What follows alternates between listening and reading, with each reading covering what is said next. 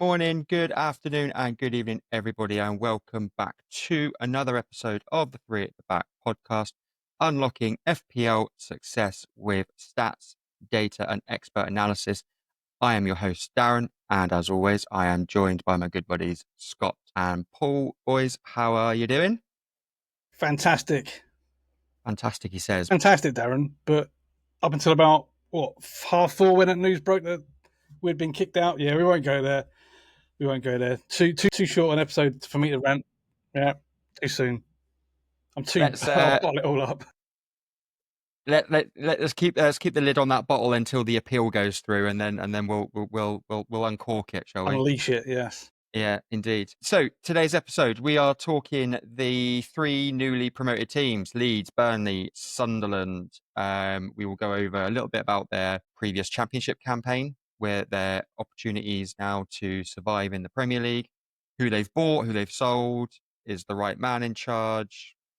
Scott, Statman, I know that you've got all of the statistics and the data to support whether or All of it. not they can or they can survive or not. And we're going to play around with it a little bit as well. And like across the three of us, if there is anything there that where we believe that one of them can survive, we have to nominate an established Premier League team that's going to go down in their place. One of the big 17.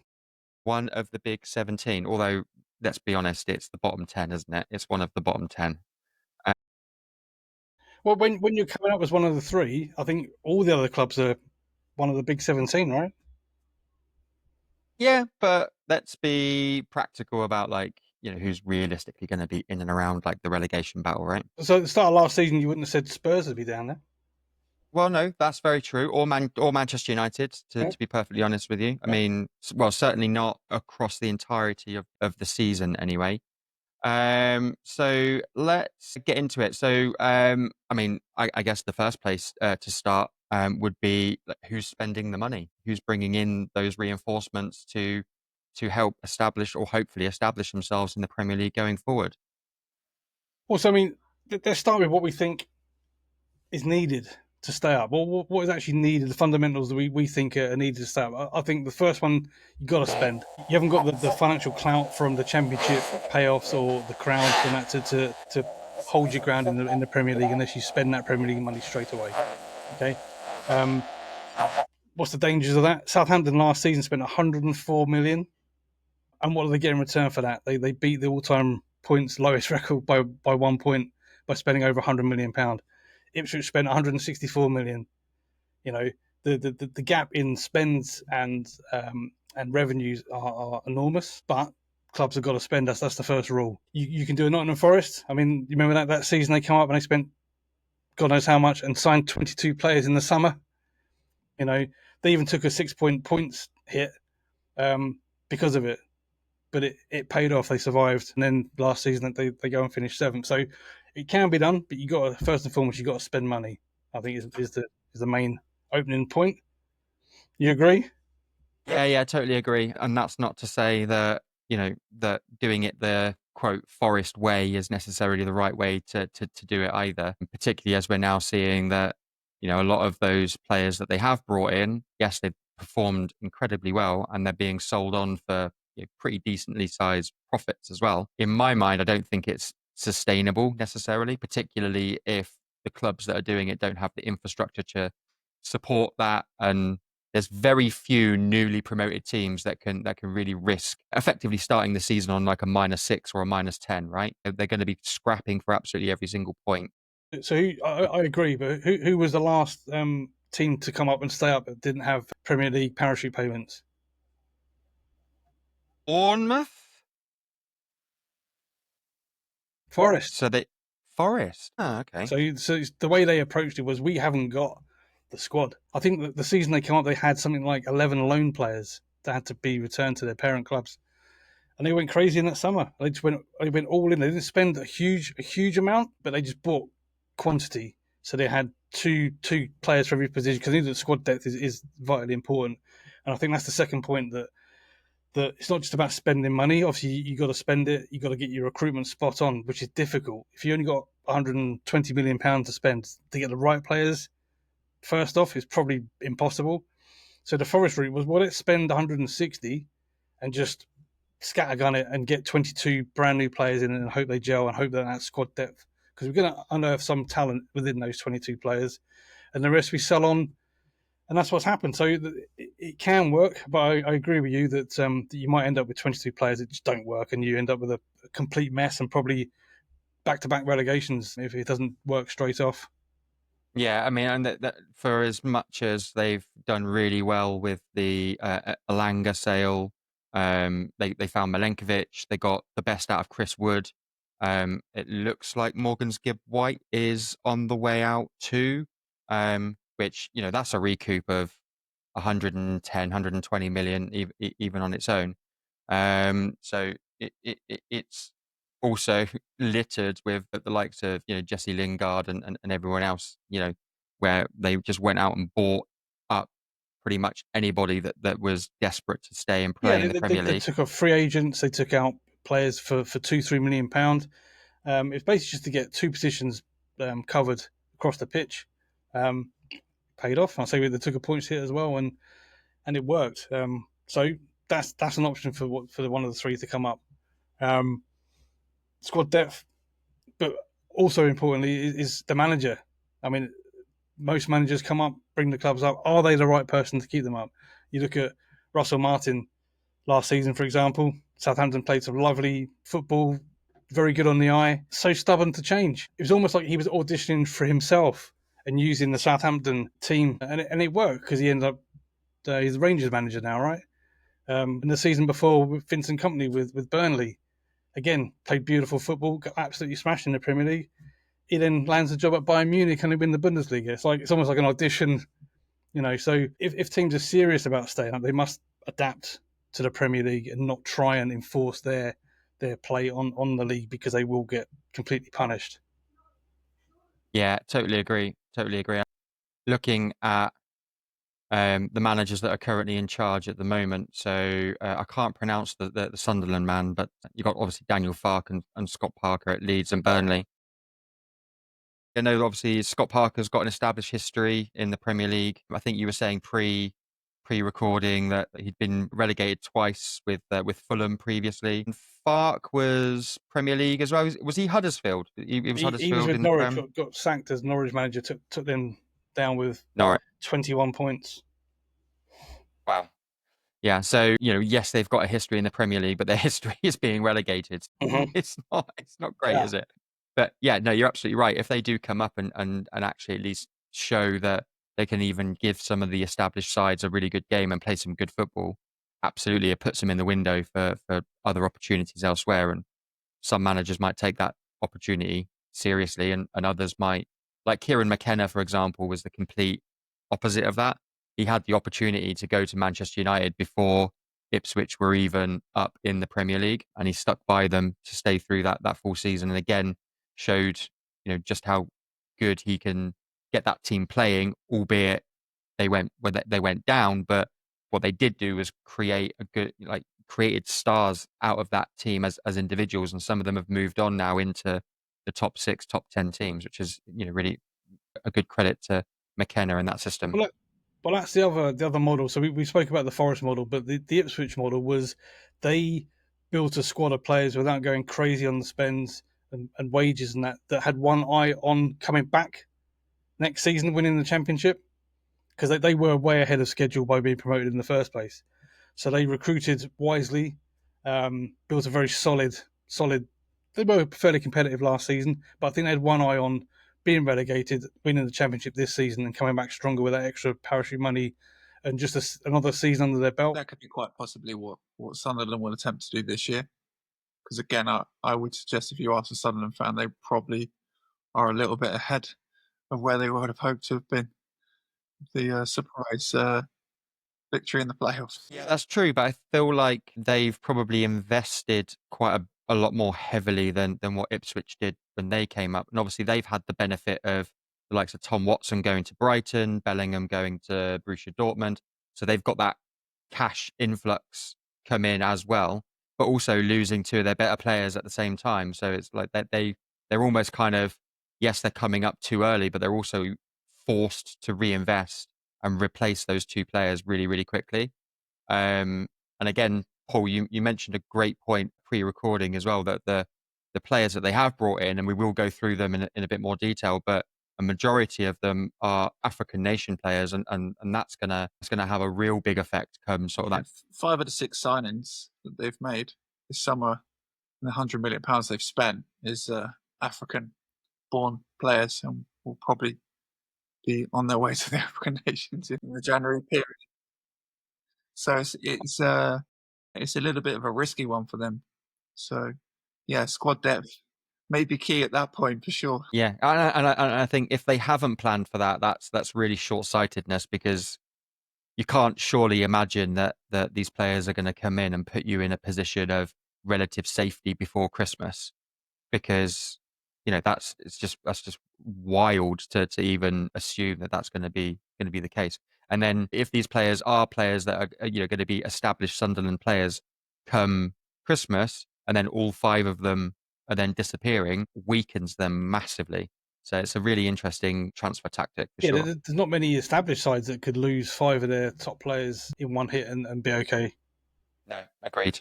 Yeah, absolutely. I mean, I guess that probably brings us on quite nicely to squad depth, actually, across the 3 promoted sides. Obviously, we're talking about them investing quite heavily in new players. Some of the kind of older end of contract players have obviously been released, so there is that kind of balance in terms of maybe like a one in, one out kind of feel. But yeah, Scott, I'm relying on you a little bit here in terms of knowing a bit more beyond the established kind of 12 or 13 players. So who do you feel like has got that real kind of strength beyond just the bench? Well, if we start with Leeds as coming up as champions, 100 points, which is fantastic. There's a few teams down the years that have done the 100 points in the Championship and haven't fared. Some have fared well, some haven't. Didn't Reading come up famously with 100 points? Yeah, 106 points, and then Yeah, they finished 8th in their yeah, first season. yeah. So it's a good benchmark. It's a good first stat to in your back pocket that you've got a decent enough squad. You've hit 100 points and you're something to work from. I will just caveat that, but that Dan James was their best player last season. He has Premier League pedigree of sort, a bit of in and out of Man United. He's had a few loan moves as well. If he's your star man, I guess that's your start point for Leeds. You look at their style. Daniel Farker in charge. We discussed that he's got a bit of Premier League pedigree, but not particularly positive. Sacked as Norwich manager when he finished with 21 points. And out of the 3 managers, I would say he's probably the most tactically stubborn. And he likes to play this expansive, good football. Doing my research into this, a lot of Leeds fans quite unsure. His job has actually been spoke about already, even before they kick the ball in the Premier League. Purely because I think they feel that he's just very stubborn in his ways, wants to play a certain brand, and that brand historically in the last few seasons has been proven that if you haven't got the talent, then you've got to adapt. So if he's unwilling to adapt, then Leeds could be in trouble for that standpoint. But back on the players, Joel Perreault, their top scorer, 19 goals last season. Looks Premier League quality, if you ask me. What I saw of him. And lad, the Japanese international holding midfield player, Tanaka, looks a class act. I can see him being snapped up by someone in January. Sorry, Leeds fans. Already flogging your players before you've even started. But he looks a good player. And I think if you get 100 points in the Championship, you probably enter the Premier League with more hope than. I think that's what I'd call out for them. They are big scorers last year. So they got 95 goals in the Championship last year, a plus 65 goal difference. So, and they had their goals shared across the team, which I think is a big plus coming up for them. Like you say, you have your reservations on James, which I get, but could he have matured? Could he have matured into a good standard Premier League player? Also, they've got experienced players like Ampadu, who's very well versed, international level, etc. The inbounds they have done they look to have tried to improve the defence. So they bought 2 centre halves, one from Germany. They bought Lucas Demetra, which I'm not sure where he's going to play for Leeds because he's more of a striker, but he might play out. Is he allowed to was on City's books once? He was. I was just going to say he as a signing as a free signing as well. That's quite exciting for me. I can see because again you work backwards. Young lad gets released from City's academy, goes over to Germany, does reasonably well, and he's just basically just run his contract down, and now he's back in the Premier League. I think it's quite exciting for Something to prove, him as a hungry. yeah, So two exactly, for centre sure. halves obviously improve their defence because they obviously clearly feel they have enough attacking firepower. The one miss I would say is obviously they lost Solomon. He went back to Tottenham on loan, and he was a big contributor for them last season. So it'd be interesting to see if they can get him back. But yeah, I think they are the one team that I look at and go, they might have enough firepower at the very least to cause that bottom half of the table teams problems. Therefore, get some points on the board from those teams. So they're the one team that probably stands out the most. You want to clip this, Darren? Clip this up because I'm sure me and Paul both said the same thing about Southampton last season. So all you can say is Don't what you you worry, see. don't you worry. I'll That's keep it what in the this is. back pocket.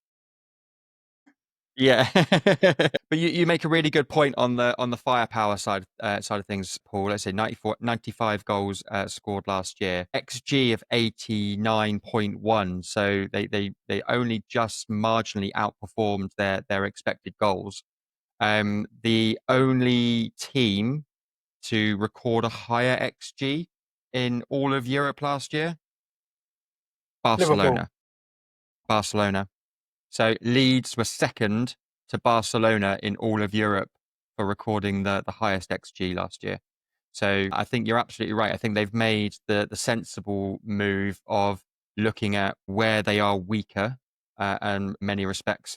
I say weaker, obviously, they only conceded 30 goals last year. They kept an incredible amount of clean sheets. And what do you boys think of the goalkeeper, Melier? He was touted as a big talent a few seasons ago.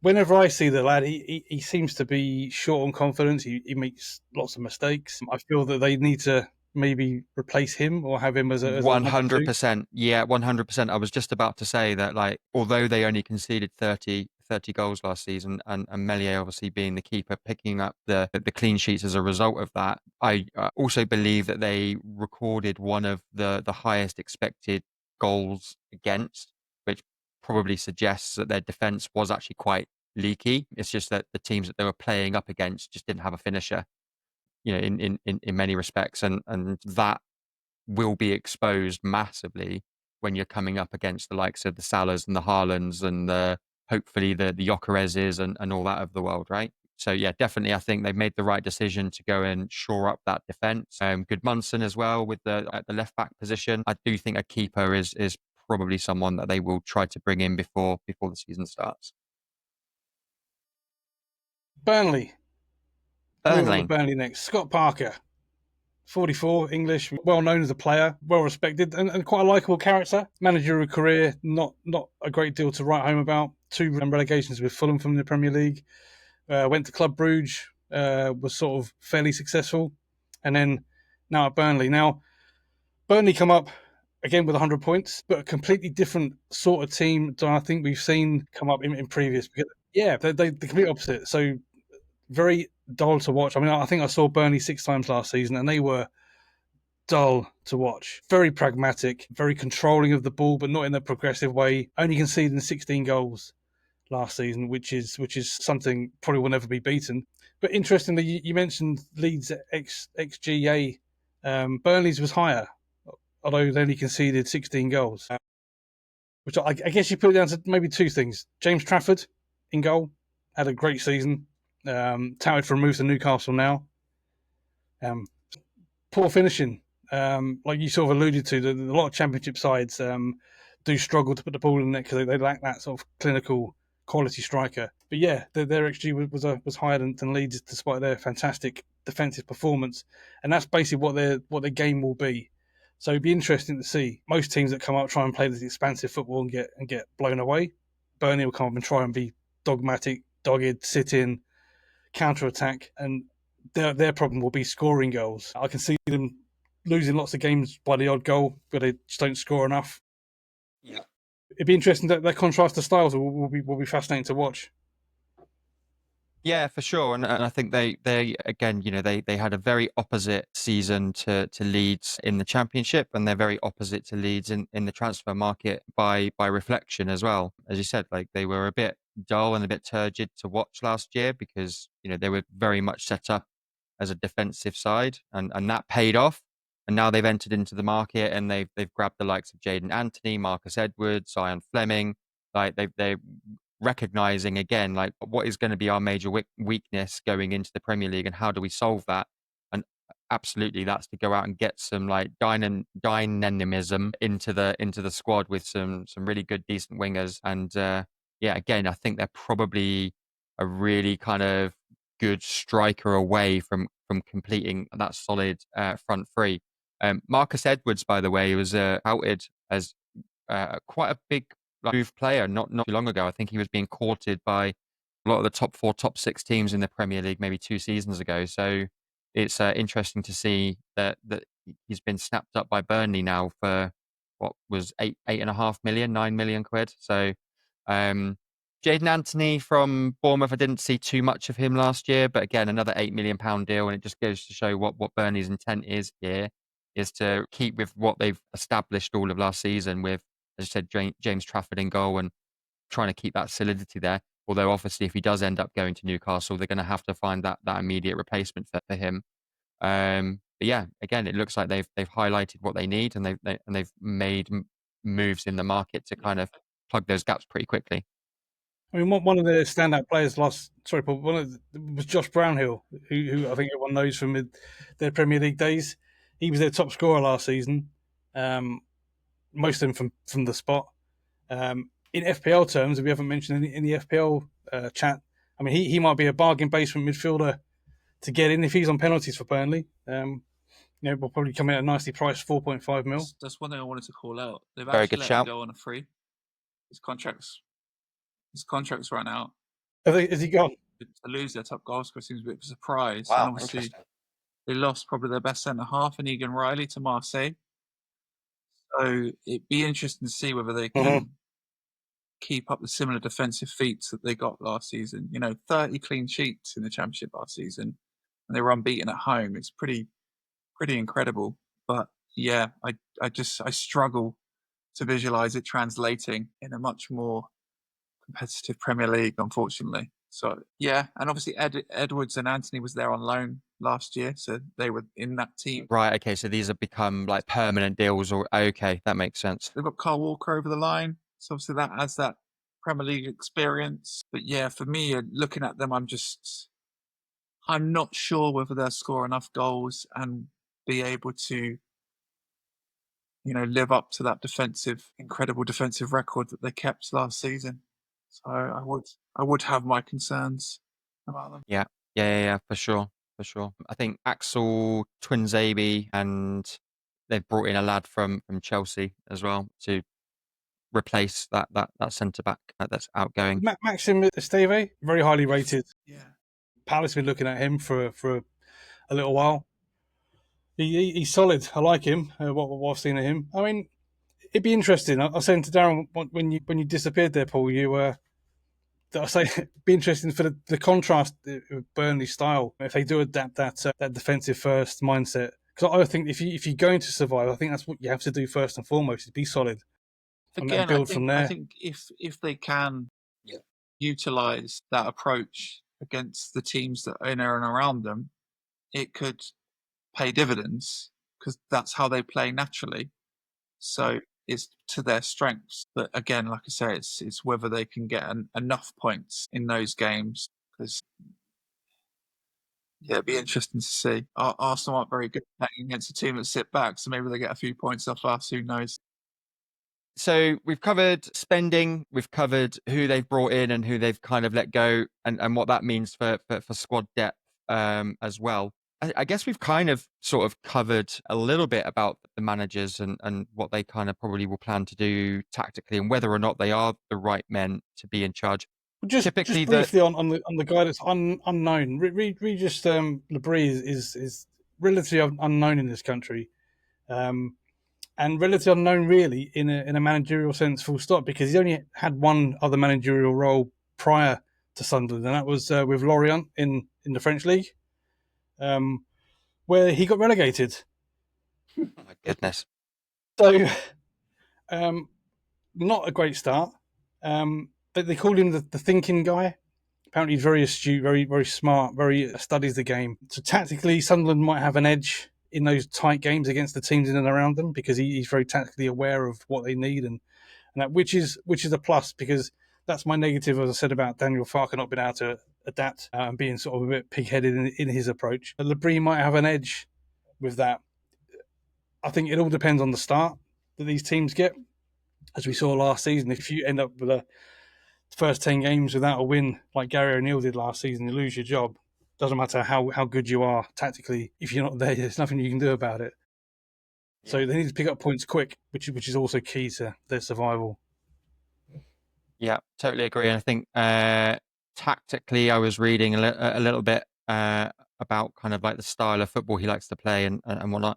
Feels a little bit kind of old school in respects to how the modern Premier League operates. He opts for 4-4-2 or 4-2-3-1 quite often, and it'd be interesting to see how that comes up against more dynamic sides that are very much progressively opting for 5 or 3 at the back with wing backs and how Well, that if you watch the playoff games, they basically won the games by being the worst team.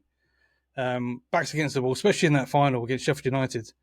I mean, how they weren't sort of 5-6 down with 70 minutes on the clock, but they hung in there and they hit them twice on the break, and that will be how they set up, I'm pretty sure, in the Premier League. And that, to me, is how you survive. Absorb pressure and hit on the break. So I give them a very slim chance of staying up. It comes down to personnel at the end of the day, doesn't it? Just ask Ruben Amorim. You can try and bang the system. If you haven't got the shapes for the holes, then it doesn't work. Yeah. Square pegs in round holes, right? Is that the saying? Yeah, that's all thing. Yeah. Okay, so I guess the chances of survival for all 3 of these teams obviously is a mixture, or is reliant on a mixture of various different things. Obviously, we've covered like their transfer strategy, the squad depth, the manager and their history and their tactics and everything else like that. Scott, I think you made a really good point as well, as about like managers not being afraid to adapt. Like they need to come into this and understand that the Premier League is very different from the Championship. Tactics that worked 12 months ago might not work now, and those that do change quite often succeed. I think we think about like the stubborn managers, or I don't want to use like too strong a term, like the pig-headed ones that of the past that have found out all too painfully like how that works out. I think Ian Holloway, quite famously with Blackpool, continued to play that like super fast, super counter style that got them out of the Championship, and they just got absolutely battered week in, week out, and he just refused to change. What you got to remember is that when you're in the Championship, you are the big fish, so you can dominate the ball and dominate the tempo and the possession. When you come up, you're the small fish. You can't do that because the players collectively are just a step above. So you have to adapt to survive. It's just common sense. How you do that with the personnel you have, I guess, is what it will come down to. Yeah. One other factor, of course, is one of the other 17 teams absolutely phoning it in for 38 straight weeks, and replacing them at one of these newly promoted teams in the relegation zone. Spurs and United gave it a damn good try last year. I think West Ham were certainly down there. So I think we're gonna discuss. I mean, we've each chosen a team that we believe might be in danger of that, and I like a two-headed coin. I'm going from West Ham finishing in the top 6 last year to West Ham probably being at risk of relegation. Yeah, the prediction didn't work out, as we know. I looked at that transfer window in its totality last year, and I felt pretty positive about it. And they had a really well-rounded, well-renowned manager in place for those first few games of the season. There was everything there that suggested that they could have a pretty solid season and a dark horse of a season. I think I said, but I think this time it is the complete antithesis of that. Losing two, I think probably three of their best players before the summer is out. Graham Potter, who came in and was deemed as the man that was going to dig them out of a hole around sort of November, December last year.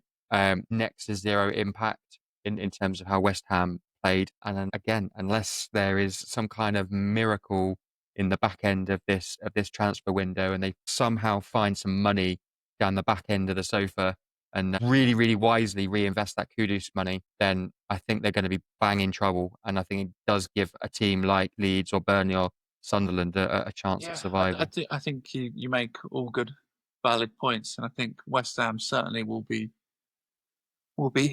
in and around that area unless they pull a miraculous window out, for sure. I just wanted to note, historically, survival for at least one of these promoted sides is in their favour. The last two seasons where the three promoted sides have been relegated is actually an anomaly.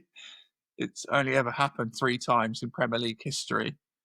So either it's a new trend, and it just goes to show how difficult the Premier League is now and how competitive it is, which quite possibly could be, which would then signify bad news for the 3 promoted sides. But also, historical would suggest that someone that's a regular team in the Premier League is going to get dragged into that fight, and at least one of the promoted sides are going to have enough to survive. So I think there are some positives for them to look for sure.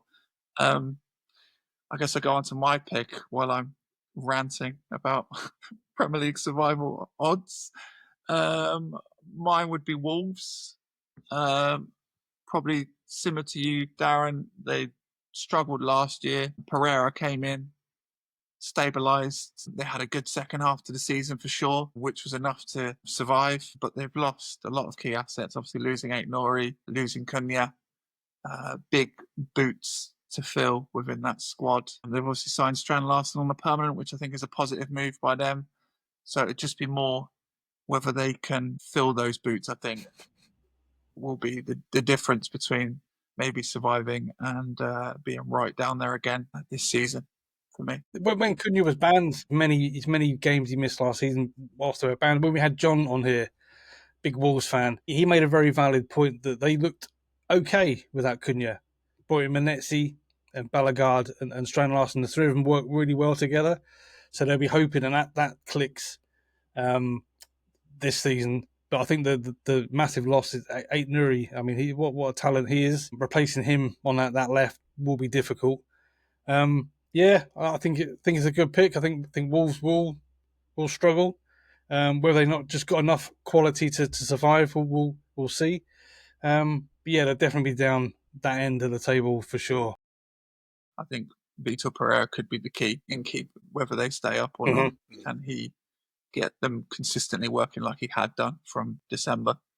If they can perform like they were, like you say, with Cunha having his 8-9 game bans that he consistently seems to be getting last season, then they might be all right. There might be other teams that they can drag in, like Darren's mentioned, West Ham, and I guess whoever you're going to talk about, Scott. I was going to talk about Arsenal. No, Arsenal, no. Well, what I was going to say, just to back your stats about team survival rates. So I went back through the last sort of 10 years and looked at sort of averages, and 33 points over the last 10 seasons would keep you up.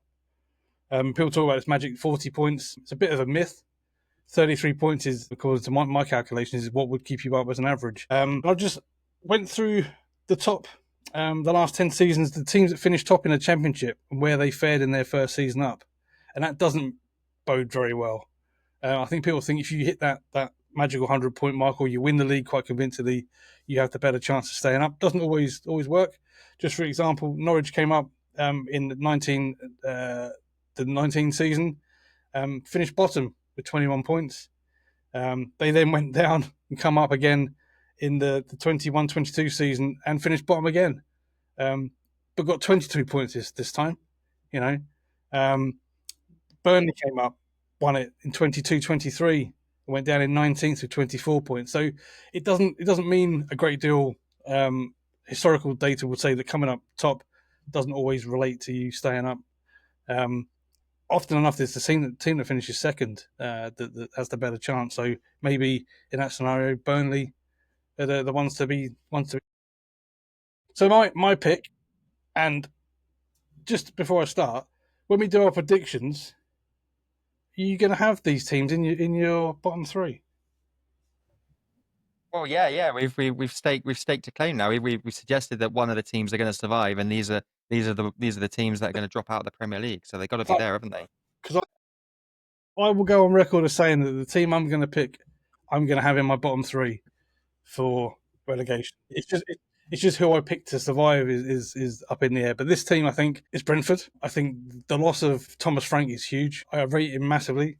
I think he'll do a great job at Tottenham. You'll see a vastly improved side there next season. They've bought really well, Spurs, haven't they? Bought Premier League proven quality, which is what you need to improve. The loss of him, I think Brentford are going to feel that. And then we spoke it on the group chat this week, Darren, about bringing in an unproven Keith Andrews, and nothing against him. He was a good, honest pro in his day, but he was the set piece coach at Brentford. Now, I know Brentford go about their business in a far different way than most clubs. They sort of think way outside the box, but I'm not sure that sort of view and that way of thinking is sustainable. I think you take too many calculated risks, and I think he will be under massive pressure right from the get-go to get that team clicking. Norgard, big loss. Their captain, their heartbeat. But I guess I really rate very underrated as a player.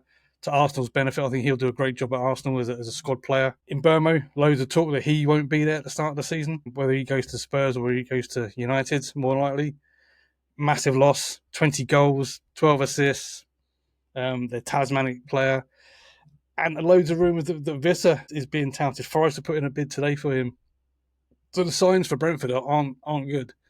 They're being sort of vultured on by all these other clubs. And I think if you're looking at established sides, Brentford haven't quite earned that right yet to be fully established.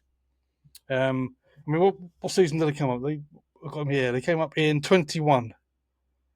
So they've only been up for 5 seasons, which is a fair enough time, I guess. You accumulate all that money and that wealth and the squad depth and that we've been talking about. I think they're vulnerable with the losses that's happened so far this summer. Go on, Darren. Yeah, I think the interesting thing about you pointed out about the way that Brentford do business. So they don't have a traditional academy or any kind of like young player program, or they might have a developmental team somewhere, but they don't have like a young player program or academy that can come through and replace these players like on a short term or on a whim. Like if they're going to replace these players with like they're going to have to go out to market. Now, Brentford, a little bit like Brighton in many respects, like they do seem to find these little gems and like play a little bit of like a money ball kind of like system in terms of what they do with their transfers. But again, I probably agree with you. I guess it's whether or not that's a sustainable model in a league where all the teams around you are consistently spending hundreds of millions of pounds on players. Even for someone like a Sunderland to come up and spend 100 million. I think you said Southampton last year was 104 million. 104 million, yeah. The promotion of Keith Andrews is again, it's very much within that, like that's their culture and values, is to promote within and give people the opportunities. As Thomas Frank was an internal promotion, and look at how that played out. But maybe actually that puts even more pressure on someone like Andrews to now kind of step into big shoes and show actually the Brentford way can work, and the pressure is going to be very much on him to prove that it does. The level of goals that they're potentially losing in Buemo and possibly Visser. These are goals that are really difficult to replace. There's no guarantees. I look at Arsenal as an example. Even us buying Gyökeres, even with his goal scoring record, there's no guarantees that he's going to come in and be that 20 to 30 goal season striker that we want, for example. So for them to lose those almost guaranteed goals in Mbeumo and Vissa offer, it's it would be quite daunting, I would imagine, as a Brentford fan, looking at those players going out the door. Obviously, they've done well bringing in Kelleher in goal to replace Flecken, who's left. That's a really positive like-for-like replacement. They bought two 20-year-olds as well. So they bought Malambo from the Dutch league, which I've heard is highly thought of and has got bags of potential. But again, we know it doesn't always translate particularly from the Dutch league into the Premier League. It might take some time for him to bed in as well, even if he does reach the potential that they think he's got. Yeah, some really good. We spoke about it in one of the episodes previously that there was more goals scored at the G-Tech last season than any other ground. So those goals that they potentially going to lose, massive, and they were clearly leaky at the back as well. So, you know, the two things, if you lose your strike force but you're still leaky, I mean, results are only going to go one way. Yeah, no, totally agree. And I think it's going to be interesting to see what they do in the transfer market going forward, because obviously like the money from Mbeumo, the money potentially from Vissa, the money from Norgard. I'm not too sure what the deal was on the Tony transfer back from last summer, whether or not they got some money to roll up with that. They're clearly not going to market for a big manager, so no compensation fee or anything else like that needs to be spent. And of course, we are aware as well that there's quite a few kind of high-profile free transfers out there right now. Callum Wilson, maybe among the chief among them in terms of that striker role. We know that Jordan Henderson has just signed for Brentford as well, so it'd be really interesting. Okay, cool. I think let's try and keep this week's episode under 60 minutes, shall we? And just conclude. So we've spoken about all three of the newly promoted teams, who they've brought in, who they've let go, what their tactics potentially might be, and their chances of survival. And we've also thrown in their three established teams in the Premier League that we think might be at threat of going down, and giving that opportunity for one of the newly promoted sides to stay up. I'm going to put you on the spot again, boys. I want you to choose your one newly promoted side that you think has the strongest chance of staying up. I'm personally going to go with Burnley. I feel like a turgid, strong defense outweighs a dynamic attack when you're trying to survive. That's how you love football like that, don't you? I mean, I support the Wolves. Boring. Support a League One club, of course. It's my bread and butter. Boo! You probably boo when the goal scored. It's not a hat trick. Oh, get him off. Burnley's a good shout. I think how I see the going for these new sides is that Leeds will have the best chance. They have the most firepower, which I think, on balance, will win you more games than a stronger defence, I think. And I see that Daniel Farke will get fired early on. I think results might not be perfect for Leeds early on. He gets fired, someone comes in and they improve and they survive at the detriment of Brentford. That's what I will think happens. Is that going to be Angie's third season, is it? Could be. They're massive clubs. Let's not forget that the following these clubs have. I mean, Sunderland had an average gate of 41,000 last season. Incredible. You know, Leeds 38,000. They're massive sides. So I want them to stay up because I think the Premier League deserves to have these sort of clubs in there. Not that clubs like Bournemouth and Brentford with smaller gates don't deserve, but I just think that these fans, Sunderland fans, Leeds fans, have suffered so many years of pain and awful football that, you know, let's give them one shot of glory and relegate them the season after next, yeah?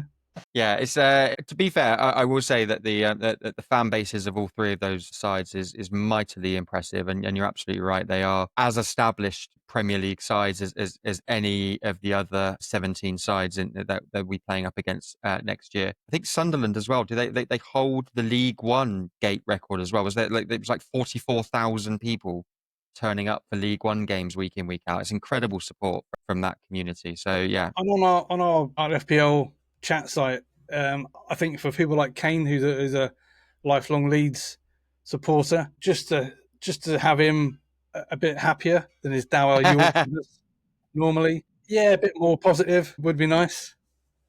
Yeah, although I suspect that they could finish in a Europa League place next year, and he'll be disappointed that they didn't get top 4. Well, he's the sort of guy that wants them to be in the Championship every year and just smash everybody and never come up. Amazing. Right. Okay. Yeah. Let's leave it there. If you've enjoyed the chat and the conversation, you've enjoyed the information that we've given you. If you agree with our choices for who's going to stay up and who's going to go down, drop us a like, hit subscribe. If you disagree, get down in the comments and let us know who you think is going to stay up out of the newly promoted sides, and if anyone is going to stay up, who's going to go down in their place. Until next week, boys, thank you very much for joining me, and yeah, we will catch up next week. Pleasure. See you later.